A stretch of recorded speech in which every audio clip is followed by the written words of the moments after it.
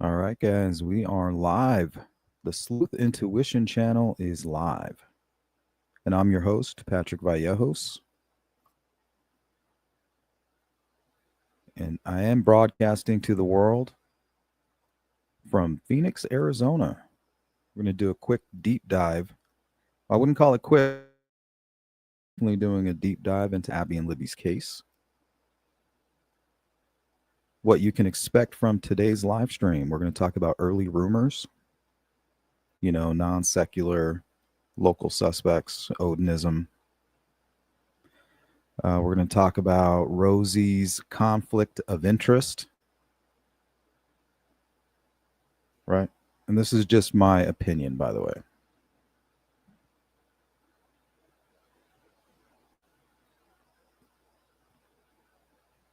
Just FYI. We're going to talk about Brad Heath and Betsy Blair describing a very similar vehicle, more boxy, older model. And then also that car's timeline matches with Teresa Liebert's 9 a.m. creepy guy who appears to be doing recon near the private drive gate.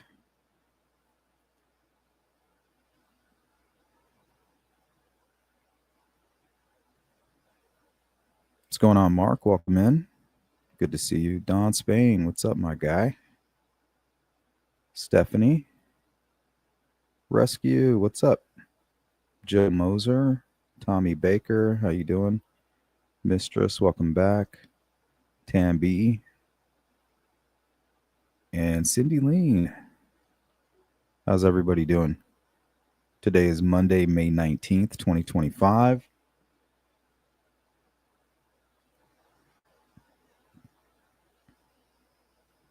And it is good to see all of you.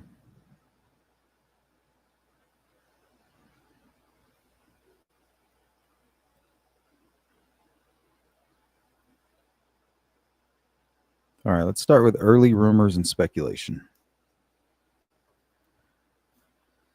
Rumors circulated that the crime scene was bizarre and contained shocking or unusual elements, potentially suggesting a ritualistic or signature-based killing.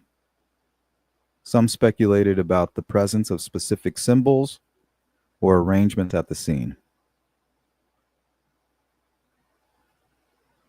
Former Carroll County prosecutor Robert Ives, involved early in the case, hinted on the HLN podcast Down the Hill, the Delphi murders in 2020, that the crime scene had unique characteristics, fueling speculation.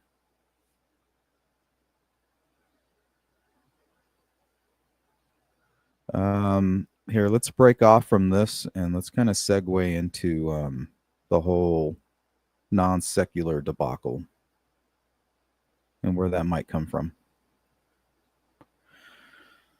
Let's see. Cheryl McCollum's article. This is where I remember it from. This was put out February of 2021. An article by Cheryl McCollum published on Crime Online on February 24th, 2021, reportedly included a phone interview with Ives discussing crime scene signatures. Some say the original article contained the word non-secular, which was later redacted. The revised article available at Crime Online does not mention non-secular. No archived version of the original article with the term has been widely shared or verified. Speculation suggests Ives may have used the term in the interview, but it was removed due to misquotation or at the request of law enforcement. And would the sticks possibly fall under that category, non-secular? I don't think so, right? Unless they were misinterpreted early on, or they were using a different interpretation. What's up, GP? Stephanie, Richard Allen is nuts, so the crime scene doesn't make sense. It makes sense to me. I I don't think the van scared him across the creek. I think he always intended to cross that creek. But I think when the van drove by, that scared him to commit the murders. It prompted him. And the sticks are simply camouflage from that private drive, right? That's the main focal point as far as his fears are concerned. He's like, all of my anxiety is coming from that private drive. So what do I need to do? I need to kind of camouflage these victims from that private drive. And that's what he did with the sticks. He's not concealing the bodies, he's just camouflaging them quickly. Remember, he was in the military, so he knows all about camouflage. You don't have to completely conceal a body to hide it.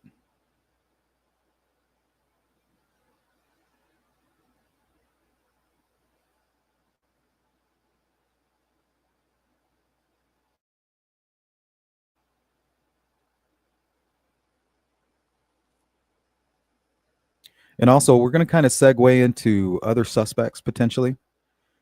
We have a witness who says somebody was near the gate of the private drive around 9 a.m. That's Teresa Liebert. She testified to that. These are all facts. I'm not making any of this up. And the vehicle that Brad Heath witnessed is a boxy 80 style vehicle. We don't have to rely on the early rumors anymore. We have the testimony. And the testimony, he's clear about it. He says it's like an 80s style police car, which is very boxy. That's similar to what Betsy Blair claimed to have witnessed as well. This boxy vehicle. Well, Brad saw his around, I think, 8:30, somewhere around there, 8:30 in the morning, parked kind of in a strange way, like 2 feet too far out into the road. Like he should have been kind of pulled off into the grass a little bit, but instead he was kind of parked out in the road. Brad referred to it as odd. Well, he saw that on the way into work around 8:30ish. Nobody in the vehicle, not parked at the CPS building, but up the road somewhat, closer towards the bend, I would say. Well, if he's witnessing a vehicle with nobody in it parked strangely at about 8:30, who's to say the driver isn't the strange man over at the gate of the private drive? It doesn't take that long to cross the bridge and walk up the private drive to that gate. Bill from Delphi Timeline, he did a video on it. He crossed the bridge, went down the hill, and walked the entirety of the private drive. And it didn't take long at all. I think it took him like 8 minutes after he crossed the bridge, give or take. So we're going to talk about the potential of that being the driver of the same vehicle that Betsy Blair and Brad Heath witnessed.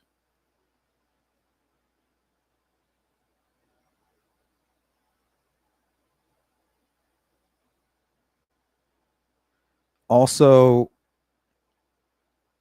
let's see, some online discussions, particularly social media, assert Ives used non-secular during an interview hosted by Gray Hughes' YouTube channel, conducted by an interviewer named Michael. Users claim Ives said non-secular in response to a question about crime scene signatures, but this segment is either edited out or unavailable in existing versions of the interview. No unedited video or transcript confirming this has been found. Hughes' version of the interview are sometimes altered, with questions removed or Ives' responses truncated, making it difficult to verify. Welcome in, Sherry Faye. Anna Lisette, how you doing?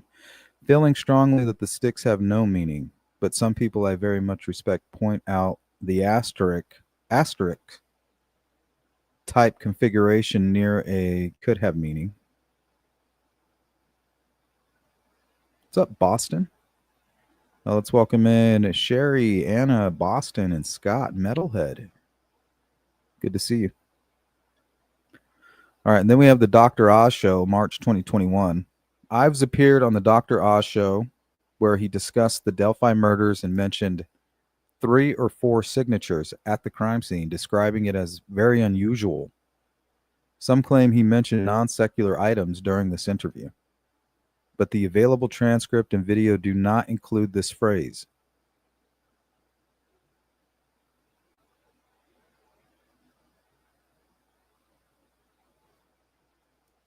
Others suggest the segment was scrubbed, though no evidence supports this. So, was the non-secular a figment of our imagination? Was it just simply a misquote that was retracted? And doing what we do in true social web sleuth fashion, took every piece of information and ran with it.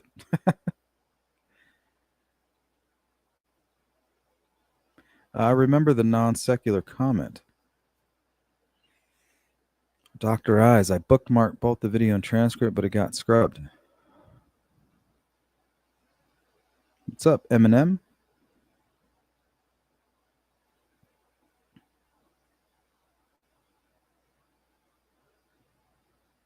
Yeah, I think so. Definitely one of the biggest early rumors from the case.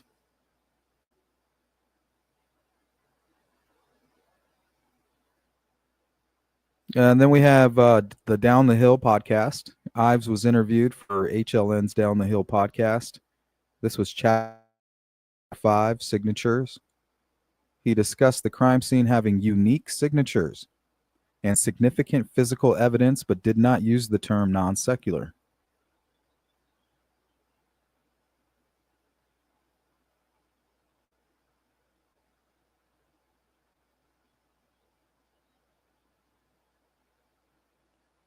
Could be confused with non sequitur,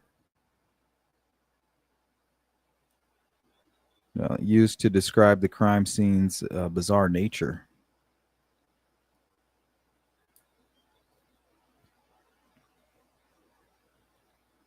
What's up, bad actors? Good to see you.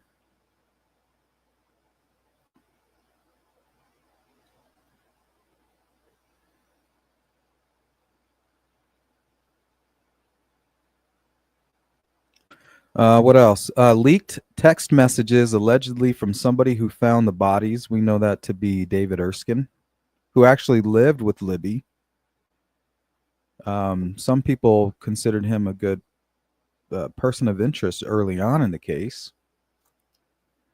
Claimed that the girls were stabbed and that Libby's injuries suggested a personal attack, which rings true today, even after the trial, though these details were unconfirmed.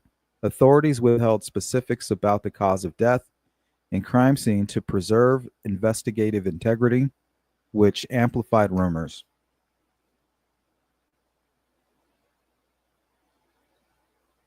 What's up, Frank? Anna says, I've thought non-secular might have been an artifact from the Dr. Oz production. That is possible. Or there was chit-chat off camera of some... Well, I can't prove it yet. And recollection, as we all know, sucks. You know, when you're trying to remember something you weren't expecting to have to remember. But I did one of my first videos, and I took a clip from an article, and it said non-secular. I looked for that video all morning today, and I couldn't find it. So I may actually have the original, a screenshot of the original article where it says non-secular.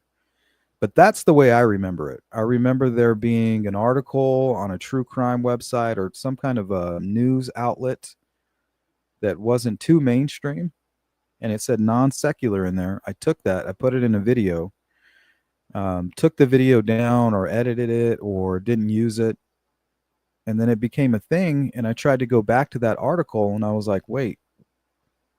And then I couldn't find it. So it must have been retracted. So that's the way I remember it, that it was printed in an article online and then possibly later retracted.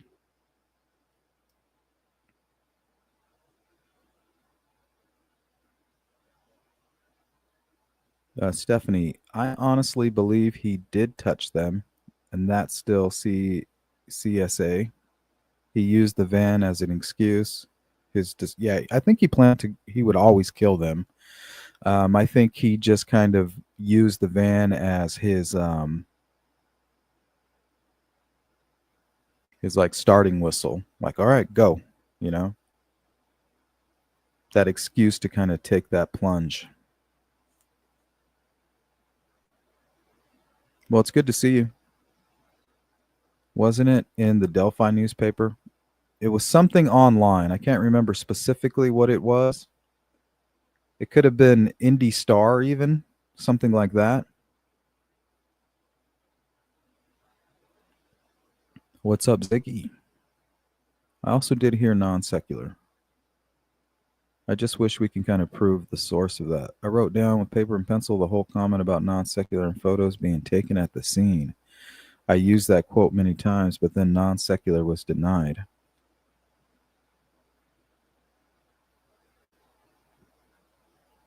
It's going to be one of those things we never figure out. What is that guy sucking on? It's a shofar.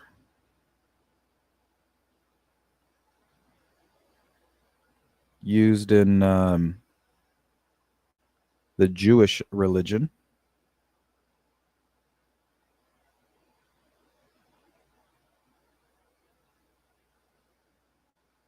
GP, I think it was less mainstream than even.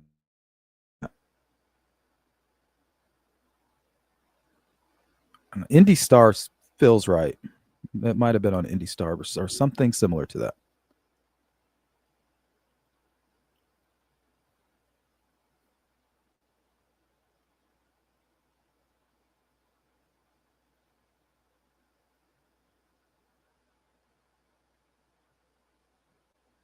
The lack of official details created a vacuum filled by speculation, while later, court documents revealed defense claims of an Odinist ritualistic killing involving sticks placed in a pattern and blood on a tree.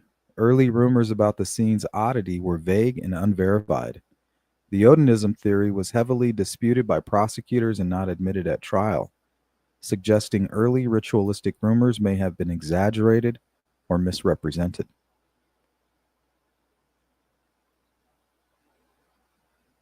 I've heard the non secular, but I remember it from the Leet Kerr upload. Yeah, we were talking about that way before the whole leaker escapade. Show far, show good. Doo doo. I will allow it.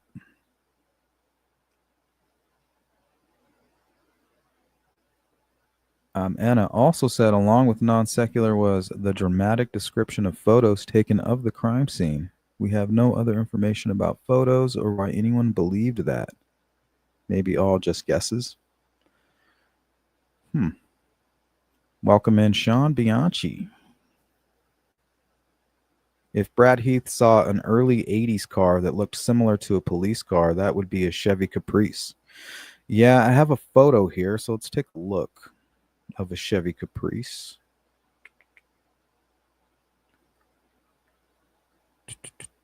I think I do.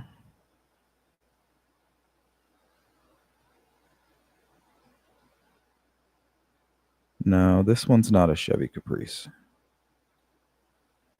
But this is what I'm thinking of when I hear 80s style police car.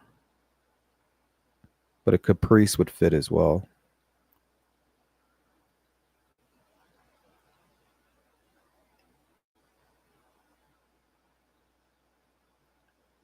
Something like that.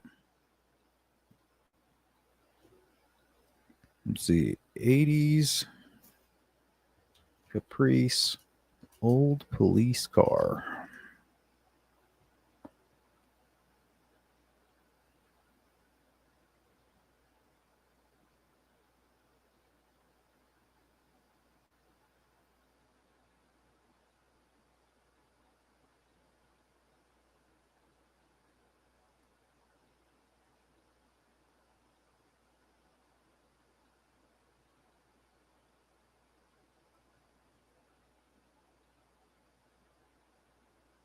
Maybe something like that. Very similar.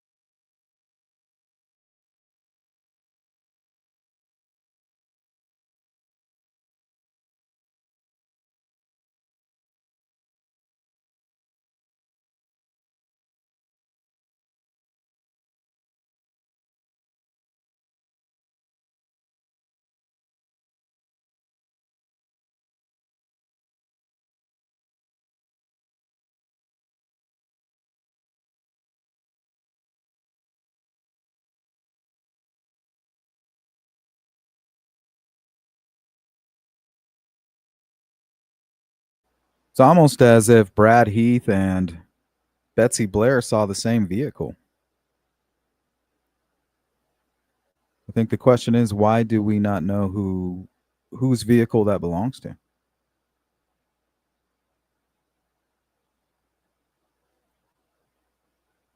So Brad Heath describes something like this, like an 80s style police car. Let me see if I have it verbatim.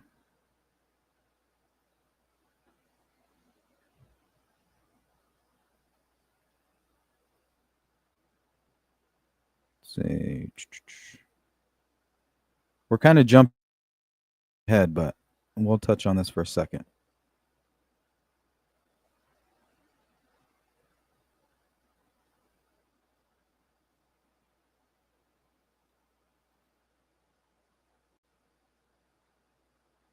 Okay, so Brad Heath, during the trial, this is his testimony here. Around 8:45 a.m. while driving to a job, Heath noticed a dark blue older vehicle parked near the former Child Protective Services building on County Road West 300 North, close to the Monon High Bridge Trail. He described it as halfway off the road, about 2 feet from the pavement, and looking out of place. He compared it to a 1980s or 1990s car resembling one from a Tommy Lee Jones movie or a police car from films. So when he said Tommy Lee Jones, that reminded me of Men in Black, right? That's obviously what he's talking about.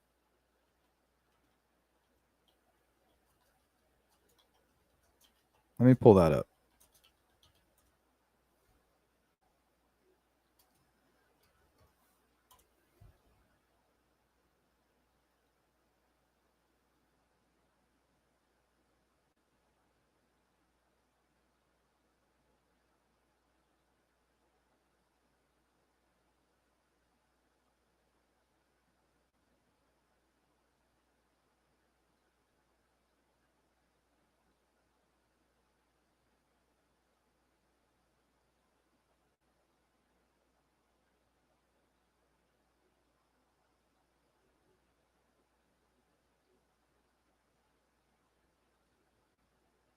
Something like that.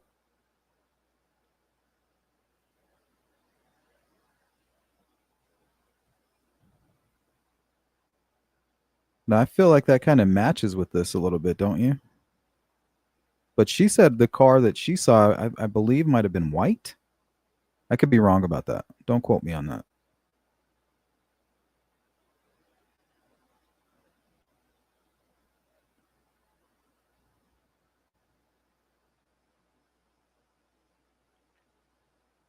All right. Before we get into that, though, I want to talk about Rosie's potential conflict of interest.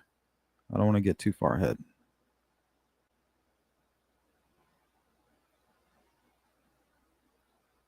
Welcome in, Gail. Non secular came from Ives. I watched live interview. Okay. Can you send me the link? Sleuthintuition at gmail.com. Otherwise, it didn't happen. Crown Vic.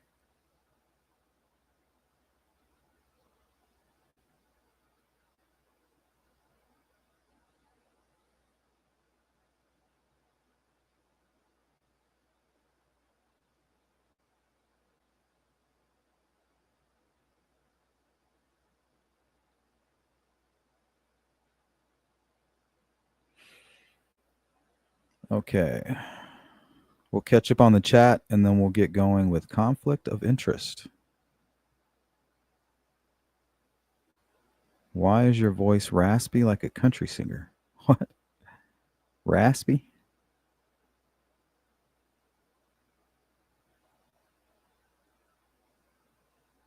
Thank you.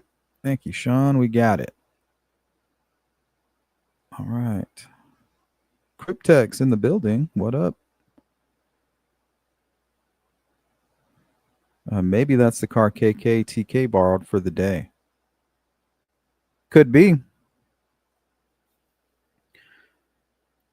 It almost appears like somebody's doing recon with this vehicle. Whose vehicle is it? It really wouldn't be that hard to park, jump out on the trail, walk the trail. It would take about 11 minutes from where the vehicle was parked to make it to the High Bridge Trail, roughly. Another 4 minutes to cross the bridge. And then like another 8 minutes to make it up the private drive near the gate where Teresa Liebert witnessed a strange man kind of lingering around the gate area. So why would anybody be looking around the gate? Because they want to do recon. They want to see if they can access that gate. They're planning on killing these two girls. They need to make sure that they've crossed all their T's and dotted all their lowercase J's. So they're doing recon. You know, is the gate locked? Is there another way in? But the intel that was gathered by Bill from Delphi Timeline is that the gate's not locked. It has a chain, but the chain is just kind of wrapped around a pole with no lock. So that would have been valuable information to kidnappers, right? Hey, the gate's open. There's no lock. We can gain access here. Or even just checking it out and maybe going a different route. Like, hey, let's just get them down the hill and maybe we can kidnap them right here.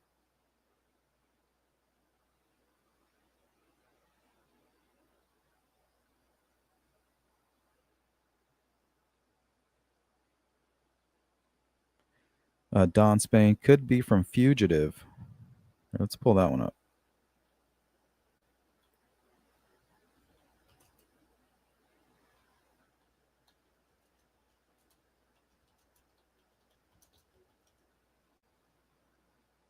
I love that movie. That's a good movie.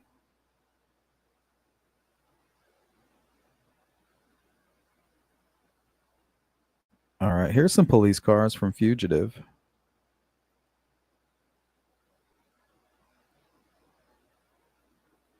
Yeah, that kind of aligns with what we were talking about.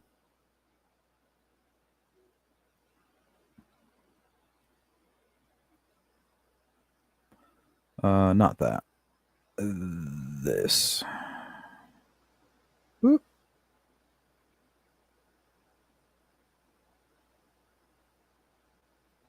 That one.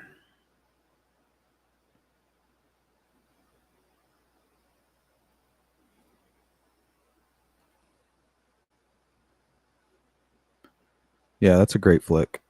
Absolutely.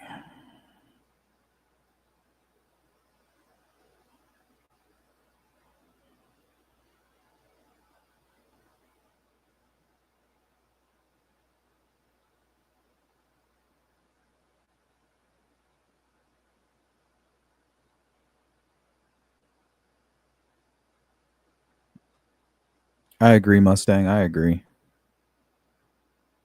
Cryptex, Crime Online article by Cheryl McCollum. It is claimed, alleged, speculated that I've said non-secular is a phone interview with McCollum and that non-secular was included in the original.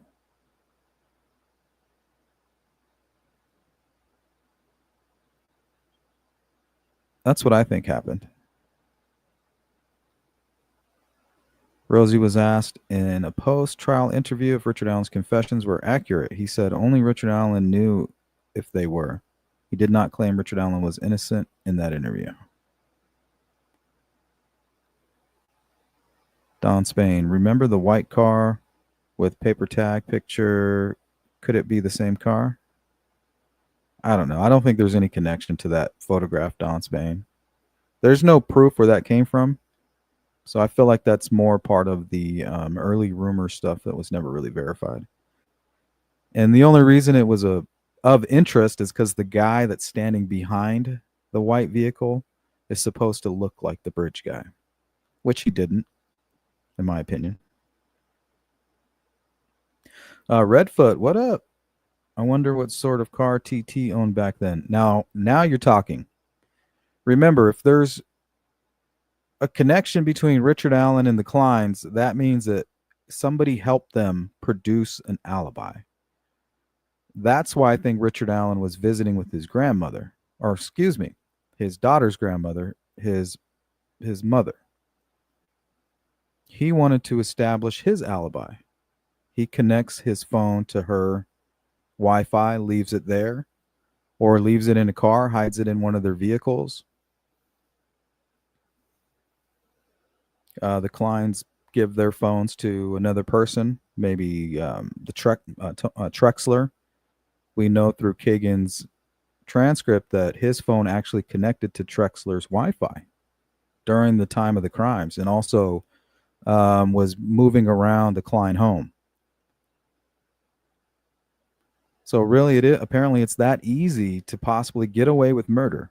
You give somebody your phone, you make sure that it's tracking your movement on Google or something.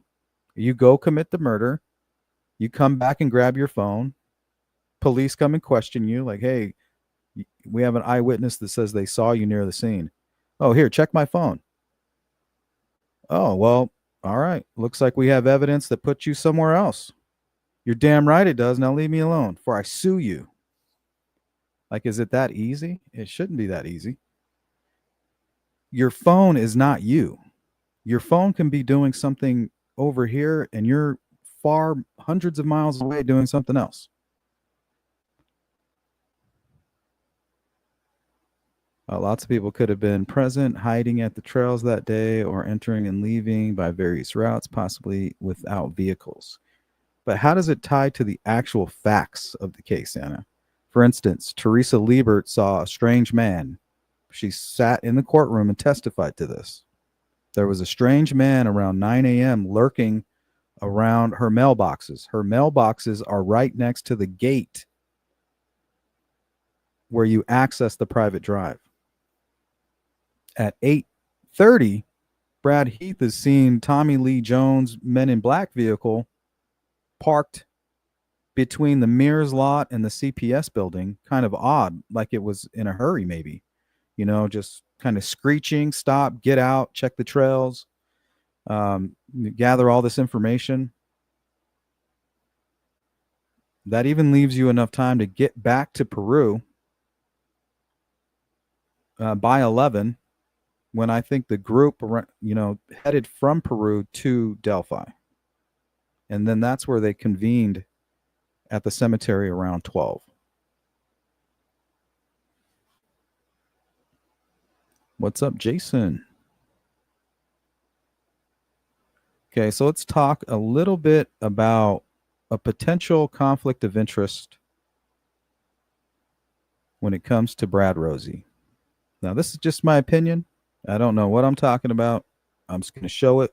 You guys can do your own research. But I think this is a good place to start.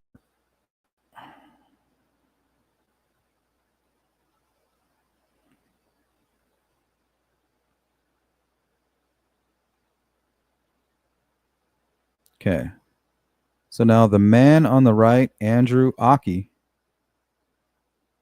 is the person, the lawyer, the counsel for Kagan Klein and Ron Logan. This guy right here. He's the partner of this guy, Bradley A. Rozzi, who represented Richard Allen.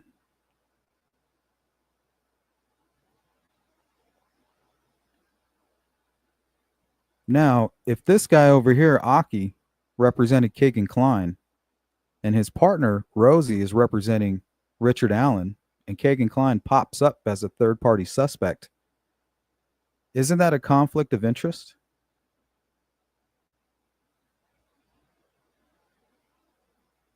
Wouldn't you say?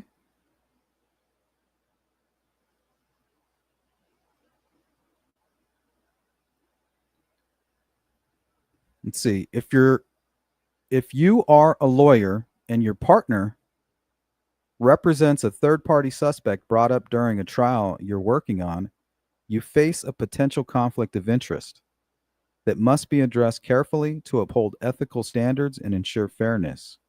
Here's a let's start here. If your partner is in the same law firm, their representation of a third party suspect could conflict with your duty to zealously represent your client, especially if the third party's interests are adverse to your client's. Your client might benefit from implicating the third party. So if Rozzi was honest with the court and stated, hey, we really would like to pursue Kagan Klein as a third party suspect, but unfortunately, he was a client of my partner, Andrew. Therefore, if we choose to pursue that route, I then would have to step down.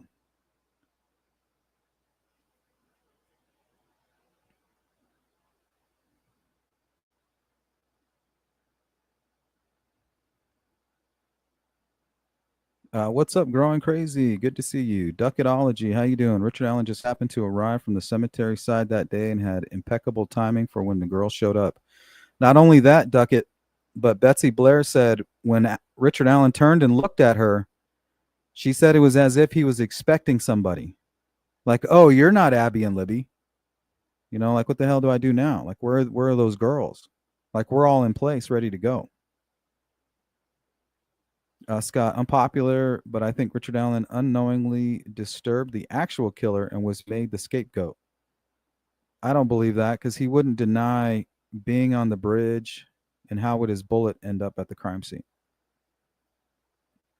And what about his alibi? The Kleins and Richard Allen had multiple phones, so saying they were connected to anything proves nothing. Fishy, what up? Don says, we don't hate you, Scott. All opinions welcome as long as you're respectful. Thanks, Don. Shout out to my mods. The best. The best around. We're the best around. Nothing's gonna ever get you down. Good to see you, Fishy. CJK, the advertise. Yeah, I don't have control over that. Cryptex, your point about Rosie's conflict of interest is very interesting. I think it is. Let's go in. Let's talk about it a little bit.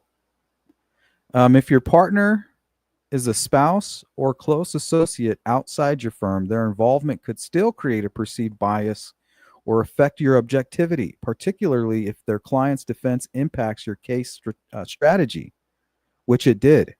Their best possible selection of a third-party suspect was obviously Kagan Klein. But if they chose to go with Kagan Klein, Rozzi would, in fact, have to step down. He couldn't, in good faith or good conscience, go that route. So instead of stepping down and going with the best defense for Richard Allen, whether it even led to a plea deal and less time, right, for cooperating, he chose instead to pursue the right third-party suspect and chose to stay on the case to continue benefiting from it. Potentially. Hypothetically.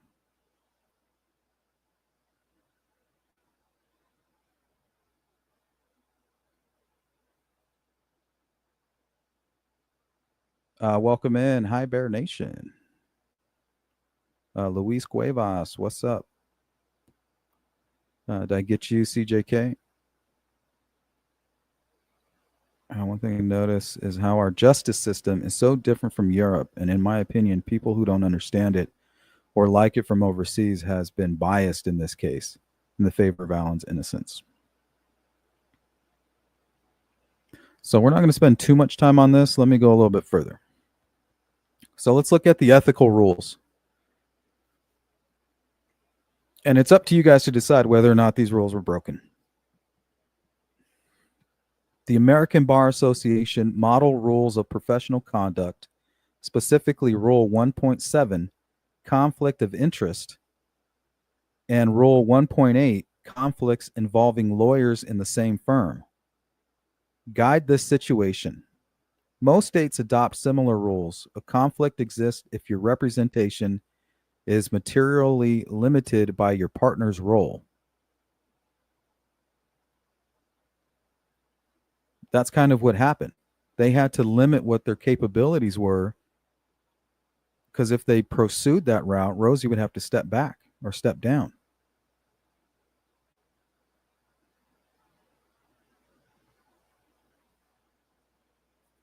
And also, he had a duty to advise Richard Allen of this. Like, hey, we can pursue Kagan Klein, but I would have to step down.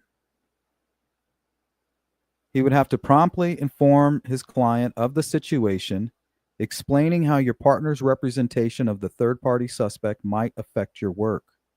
Transparency is required under ABA Rule 1.4, communication. Now, as far as the court is concerned, if the conflict could impact the trial's fairness, which I think it potentially did, you might need to cross-examine the third party or their counsel. Disclose the situation to the judge.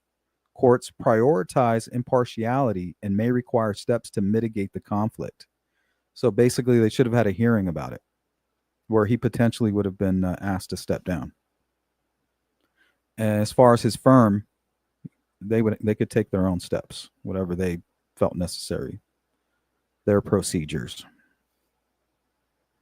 They might have an ethics and conflicts committee or something like that.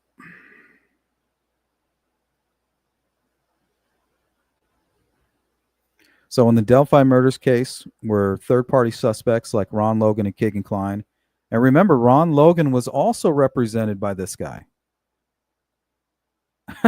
So the two best third-party suspects, Kagan Klein and Ron Logan, who most likely had nothing to do with this, Kagan Klein, who actually confessed, were represented by this same man, Andrew Aki. So the main reason that they wouldn't pursue those two men could have been heavily influenced by this man, Brad Rozzi. Because if they do, he would have to step down. You can't have both at the same time. You can't have Kagan Klein and Ron Logan as third-party suspects officially and Brad Rozzi on the case at the same time. They can't coexist ethically.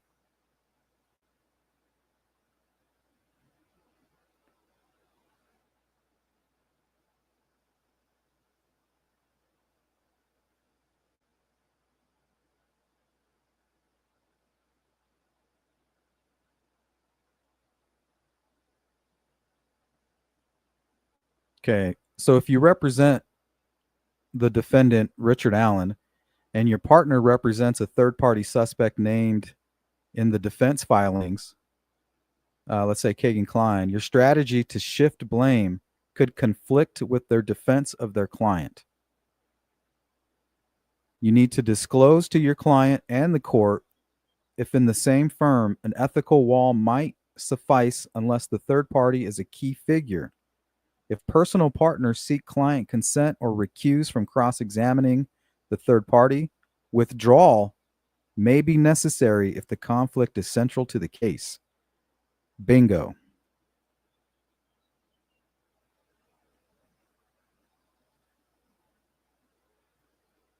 But I digress.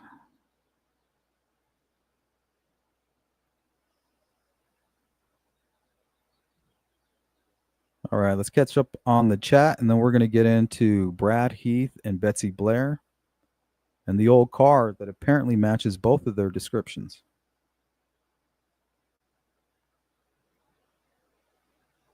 And also match the timeline of Teresa Liebert for the 9 a.m. spotting of a strange man near the gate of the private drive. What's up, Tony? I think someday, years from now, the truth and story will probably come out somehow. Well, over time, loyalties change.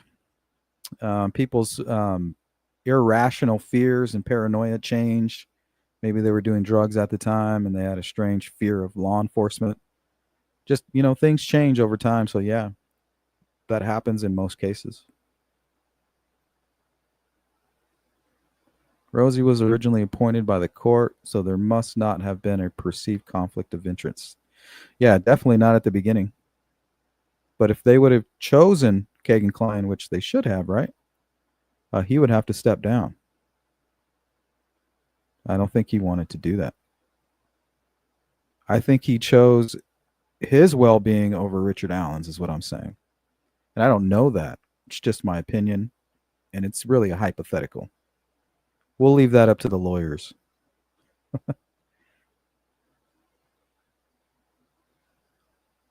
Any of this discussed anywhere, even on channels deep diving for new information? I've been talking about it for a while, actually.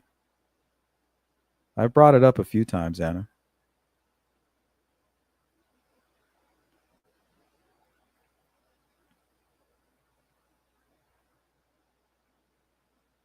Everybody has their own motivating factors.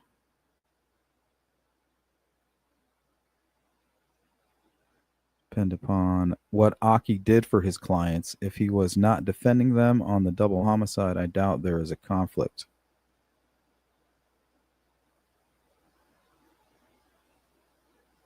Well, that would take away Kagan Klein and Ron Logan's client privilege. You know what I mean? Attorney-client privilege. If they're part of the same firm, that means he has access to that information and insight.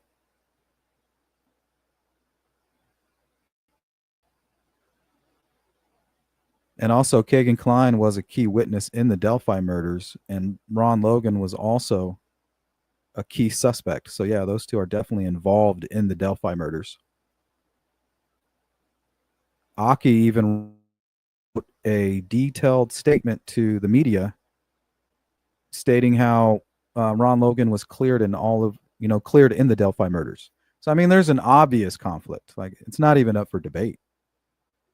To try to say that Kagan Klein and Ron Logan aren't attached to the Delphi murders is ridiculous.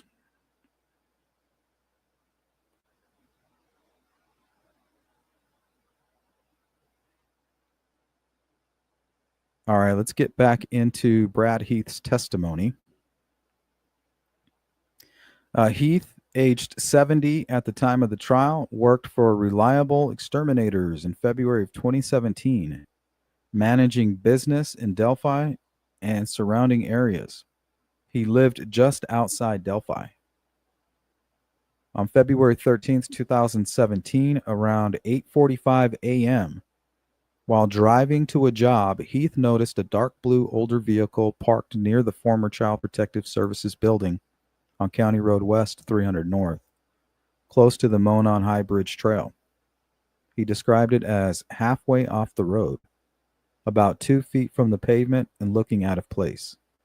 He compared it to a 1980s or 1990s car resembling one from a Tommy Lee Jones movie or a police car from films.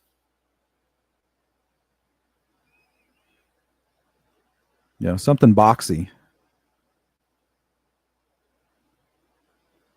Something like that, maybe.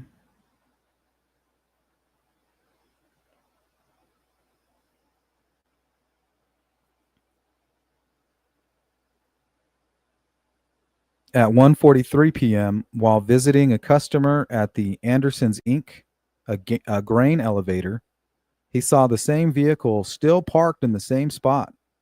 Electronic records confirmed his visit time. He estimated he was 150 to 250 yards away when observing the car. What's up, Jay Ray?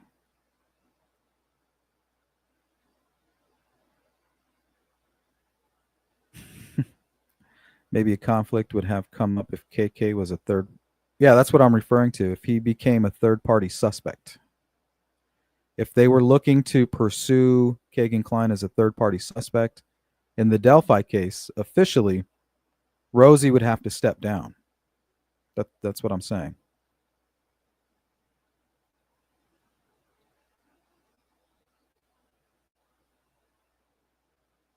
Oh, did you get put in timeout? Write it down on a notebook.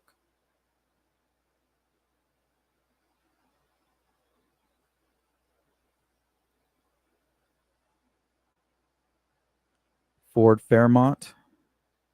I don't know what this is. Kind of looks like what is that, a Chrysler maybe? Or a Lincoln?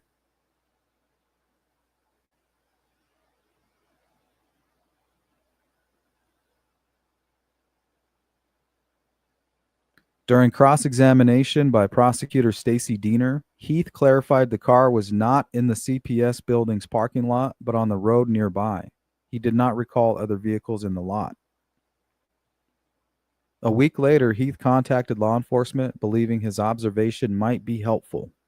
He spoke to police multiple times over the years, including recently before the trial, to confirm details about the car.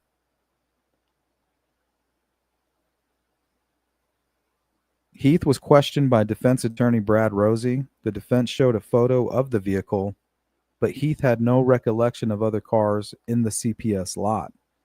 The prosecution did not cross-examine Heath extensively, and the jury had no questions for him.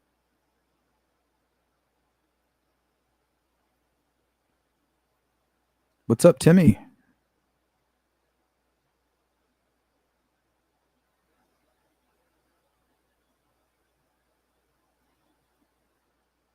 Okay, let's go to Betsy Blair. Betsy Blair took the witness stand next. Blair said she had been out walking the trails on February 13th, 2017, and also saw the alleged bridge guy. Blair also saw Abby and Libby during one of her many loops while walking the trails. After learning the girl's disappearance, Blair spoke to police who wanted her to help them create a sketch of a man she spotted near the bridge. She said the man had brown, poofy hair and described him as looking younger. She didn't recall him having facial hair. And I remember hearing during another report coming out of the trial that she mentioned apparently that he may have been wearing a hat. So while she was explaining what she said it looked like he had brown, poofy hair or possibly wearing some kind of a hat. So that kind of shows you how hard it is for these witnesses to kind of look back and try to remember what they were seeing. It's not like a photograph, you know. Very few people on this planet have a photographic memory.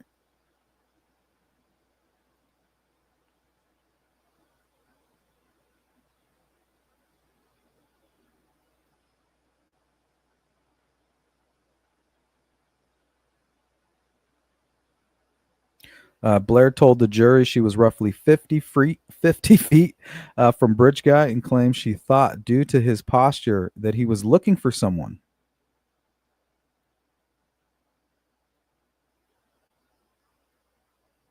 So I put this together a while ago. Kind of helps with the timeline. So the baby blue represents Abby and Libby. And this would be their timeline. And the red represents Betsy Blair after she returned from her restroom break.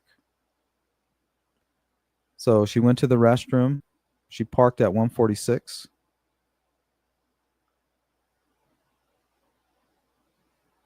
So basically, as Abby and Libby are being dropped off and Kelsey is driving away, almost at that very exact moment, Betsy Blair is pulling back in.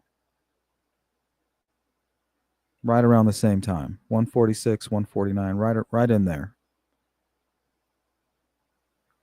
Betsy goes straight to the bridge, witnesses the bridge guy at about 152. The girls are dropped off and begin walking around 149-ish. That means that Betsy Blair would have passed them right around 1:55 p.m. And that puts Richard Allen at the bridge at 1:52. So Richard Allen is right here, guys. The girls are coming towards the bridge, and he's right here in this area. So where the hell did he go? Did he cut back in here? Did he follow Betsy Blair back out this way? Past the girls and then double back? Or did he actually, once Betsy Blair turned away, did Richard Allen completely cross the bridge? We know that he can do it very quickly.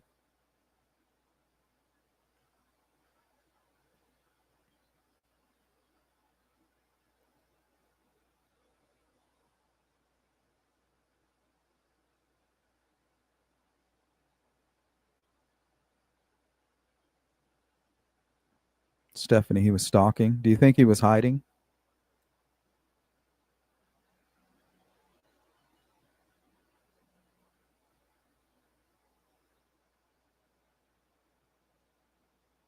Do you think he was standing right here? If he's waiting for somebody, who is he waiting for? Is he waiting for Abby and Libby?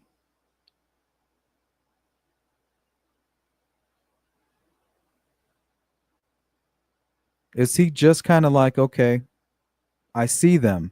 He reports that to the rest of the group, like, hey, I have eyes on them. And then do they make plans from there? Like, all right, this is what we'll do.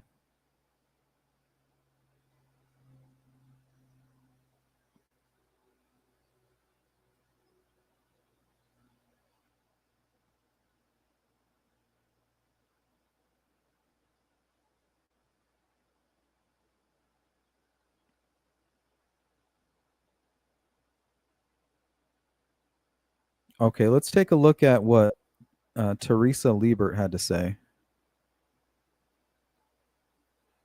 See if we can tie it all in this way. Close all these windows. I got like 20 windows open.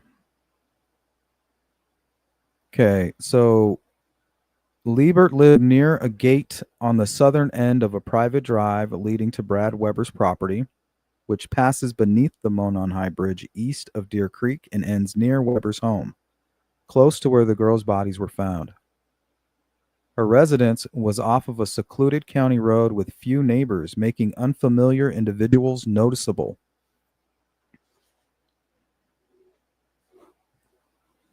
Right? This guy stood out to her.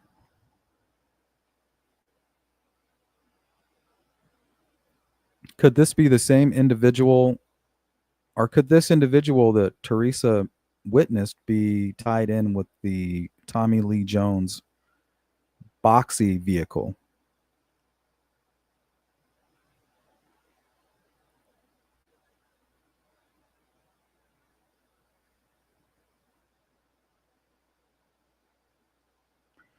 Stephanie says yes, like he was hiding behind the tree in the picture he took or had his wife take. Yeah. And in the notes near that photo, it says, ask his daughter about it. That tree's special for them, I guess. Whatever that means. Don Spain, I found many hiding places on north side of the bridge with clear view of the bridge when I was there. Yeah, I feel like there could be a lot of hiding places there. Maybe even just under the bridge.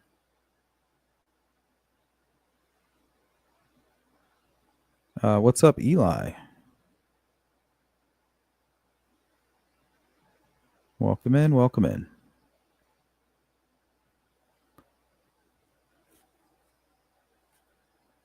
Okay, so the sighting on the morning of February 13th, 2017, Liebert saw a man she described as strange, standing near the mailboxes at the entrance to the private drive shared by her and Weber's properties.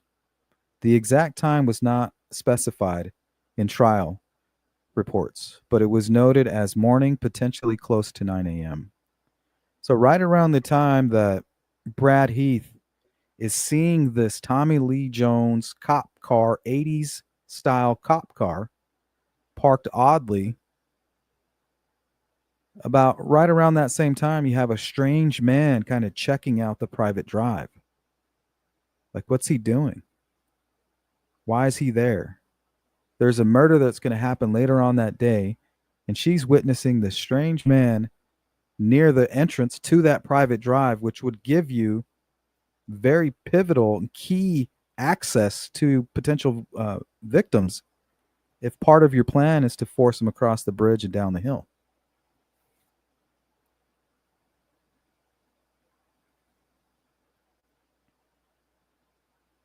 That's a good question. And why did nobody ever verify? Because the McCains, they're always there. That would be enough for me. Like, hey, we verified the McCains drove um, that same type of car, similar to what Heath and what Blair are describing. Okay, case closed. Those guys are always there. We know that they were there that day. End of the story. But that's not the case. And why the hell would they be anywhere near the private drive or the gate to the private drive? That should raise more questions than alleviate them.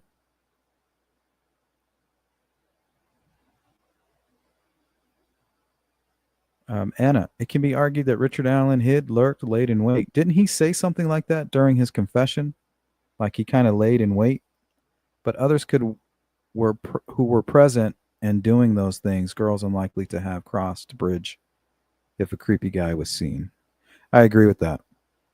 So either he had already crossed the bridge just in time to miss the girls, and he's hiding on the south end, maybe even underneath the bridge on the private drive looking up at the girls, or he's hiding in the woods nearby on the north end. I agree with that. I don't think the girls would have gone onto the bridge with this guy kind of lingering around. I agree with that.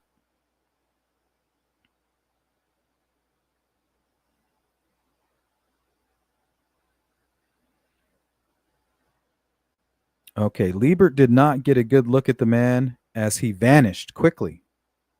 She could not provide detailed identifying features.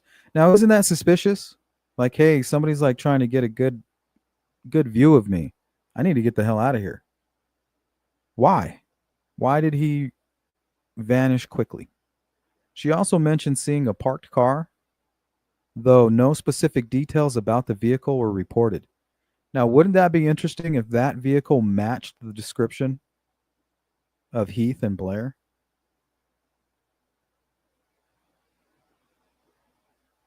Liebert found the sighting unusual and reported it to police, stating, "It just seemed strange. I pulled into the drive and go out of the car and he was gone." So the moment that he knew somebody was there, he took off. So if he's not taking off getting into a vehicle, I think it's possible he went down the private drive. He zipped right down that private drive and went back towards the bridge, crossed the bridge, or even remained under the bridge waiting, communicating even, or left and then came back with the group.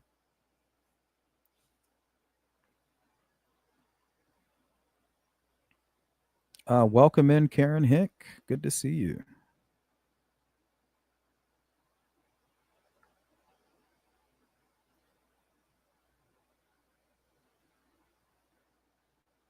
V Marie, what's going on? How you doing? I remembered when I paradolia'd myself into seeing people under the bridge.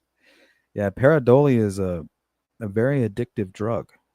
Be careful. Use it in moderation. What if Richard Allen had an accomplice check out the trails before he came back? That's what I'm thinking. Maybe the person who provided the alibis for everybody was the person doing the recon earlier in the day. Like, hey, I'll go check everything out in the morning. We know the guy that lives there is going to be busy. Make sure we have access to the gate. Maybe they plan to go down the private drive. Like, that's what they hoped for. Like, hey, if we can't go down the private drive, now what? Like, let's say the gate was locked or there was too many witnesses over there. They said, yeah, you know what? We can't get down there. Somebody's going to see us bringing our vehicles down there. What's the next best thing? Well, if we can't have the private drive, there's always the cemetery. But if we do that, you're going to have to force them across that cold water. I'm not doing it. Then you can see Richard Allen saying, I'll do it.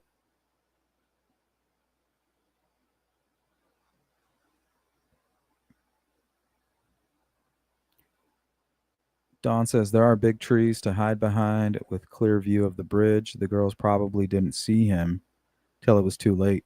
Yeah, and there's a trail that kind of wraps, it kind of heads towards the crime scene.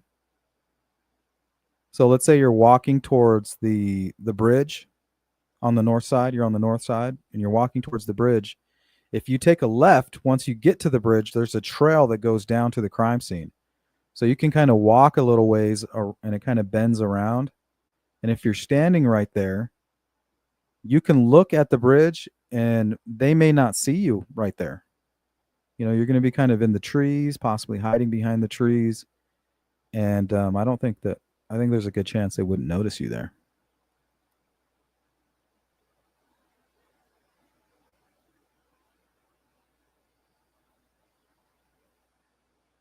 All right. Liebert was called by Allen's defense attorneys, Andrew Baldwin and Brad Rozzi, to suggest the presence of another individual near the crime scene, supporting their effort to cast doubt on Allen's guilt.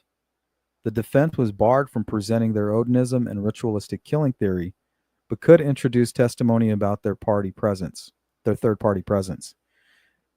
I don't know. I feel like the whole Keegan Kline and even the Ron Logan would have been more beneficial for their defense over the Odinism. But once again, that may have meant Rozzi stepping down. So therefore, he influenced the decision not to. Which then would be the conflict of interest, right? That very pivotal moment.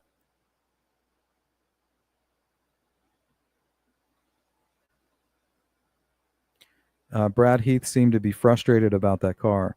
Later on, during an interview with Gray Hughes, he stated that after he witnessed the vehicle, a few days later, he bumped into his friend that worked right there, I think, at the feed elevator. I think it's Anderson's.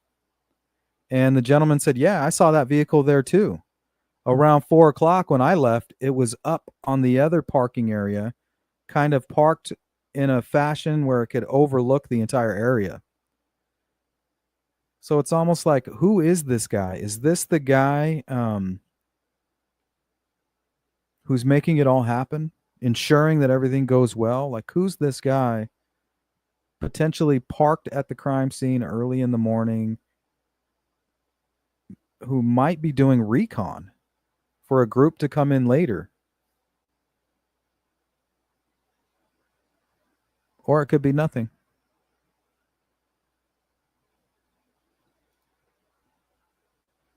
Yeah, I remember people seeing a person under the bridge with binoculars. I never saw a clear person. Dude, I'm pareidoling myself into seeing kittens everywhere in my yard, even since I discovered the new kittens out there. That's why you got kittens on the brain. Yep, been all over that trail. You couldn't see somebody standing behind a tree. Yeah, I buy that. I'll buy that all day. Well, they weren't allowed to use those names anyway. Yeah, it makes you wonder why.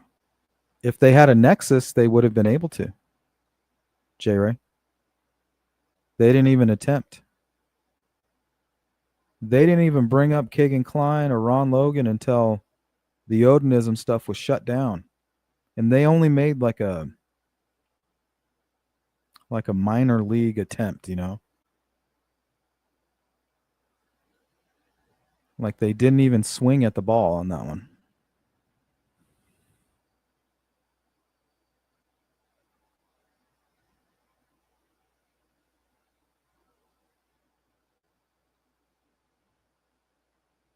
The prosecution asked if the man could have been a high school student, as February 13th was an unused snow day. Liebert said no, indicating the man was not a teenager.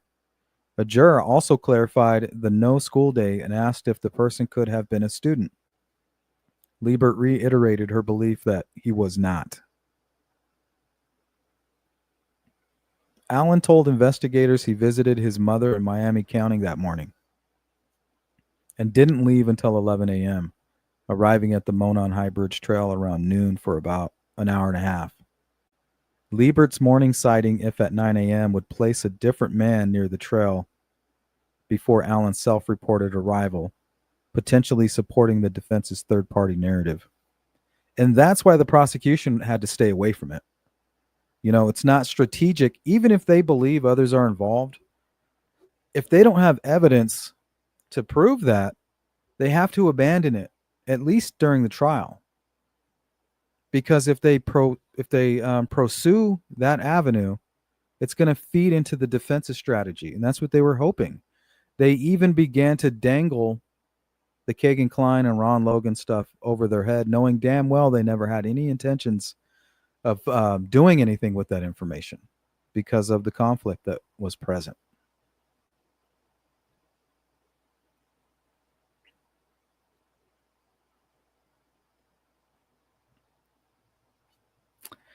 And that's pretty much all I got for you guys. So we'll hang out in the chat another 5 minutes. If you guys have anything to add or correct or anything, if you're part of the replay crew, you know exactly what to do.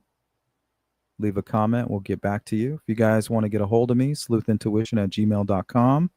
It's the best way to do it. If you want to support this channel, please like, subscribe, and share. You can always hit the Cash App if you would like. There are other options as well in the description. We have merch at sleuthintuition.com. If you're interested, we have free shipping. And big shout out to all of my moderators. You guys do a great job. Thanks for helping everybody out in the chat, keeping the trolls at bay, and all of my members. You're the best. I feel KK knows more about the crime and catfishing. I think so too as well. That might be why he confessed to what he knows. He might know more about the motive and what happened in Vegas and why. I think equals 1. 3 people involved, 2. Some locals knew all about the crime from the beginning and dropped clues. Confessions come from prisons. My opinion, KK knows nothing, or he would have used it to deal for less. Well, he tried to. It's one thing to tell the world everything that you know, and it's another to prove it. KK has said law enforcement cannot prove anything he said. What if he had told some truths, but there was no proof? Absolutely. It would have happened if Richard Allen had not been charged. Remember, these guys had 6 years to hide any connection.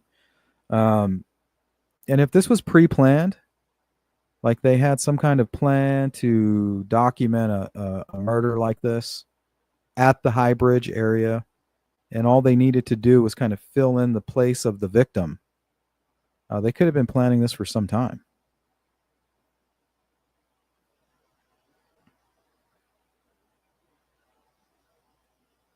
Thank you, Scott. Hey, Frederica. What's going on with you? Hopefully you guys enjoy your Monday. We might be doing a call-in session later tonight, so if you guys want to call in, have your questions and comments ready. I think we're going to do a little call-in session a little bit later.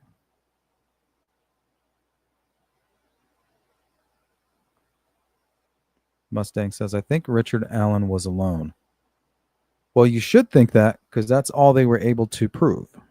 You know, all the proof points at Richard Allen doing this alone. But people are convicted on circumstantial evidence, and there's a lot of circumstantial evidence that points at other people involved.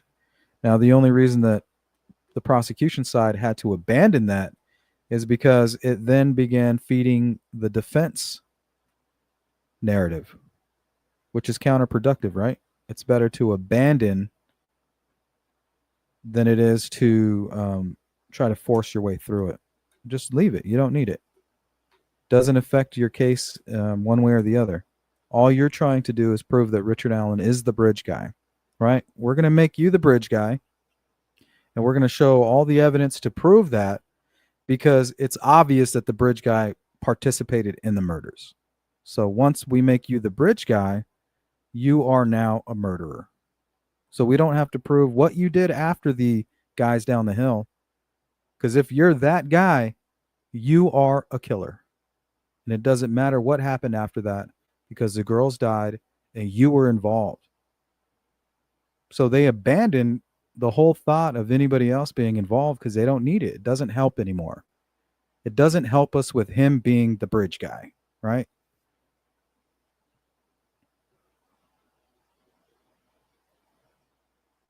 Thanks, you two bad actors. Oh, yeah, for all you members, I did post a garden update, the start of the 2025 season for me. We're going to fill in more boxes too, and we're going to do a lot more. So that's just the beginning of everything. He drove a van, and he parked in the Andersons' business, I believe, or around the area, maybe at the Hoosier Harvest Store location as well. He did pest control. Yep, we will be doing call-ins later, guys. We might be doing only new callers, though. I don't think I've ever done that yet. So we might do only new callers.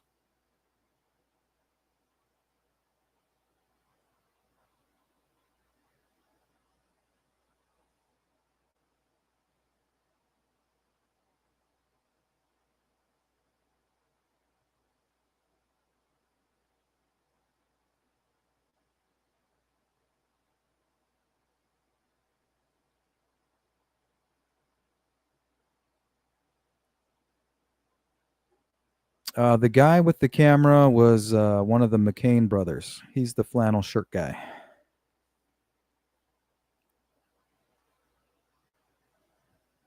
Who mysteriously was never ever named as a suspect for whatever reason. Or even looked into. I mean, did they ever collect his phone?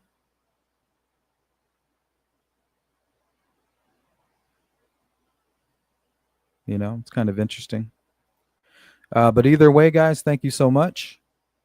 I'll see you again a little bit later in the day. So if we do a call in, don't be afraid to call in. I think we're going to do all new callers. So thanks for joining in. Thanks for participating in the live chat. And replay crew, sorry we missed you, but hopefully we'll see you in the comment section. Make sure you guys hit the like button on the way out and go share the video. Don't be a scrub. Peace.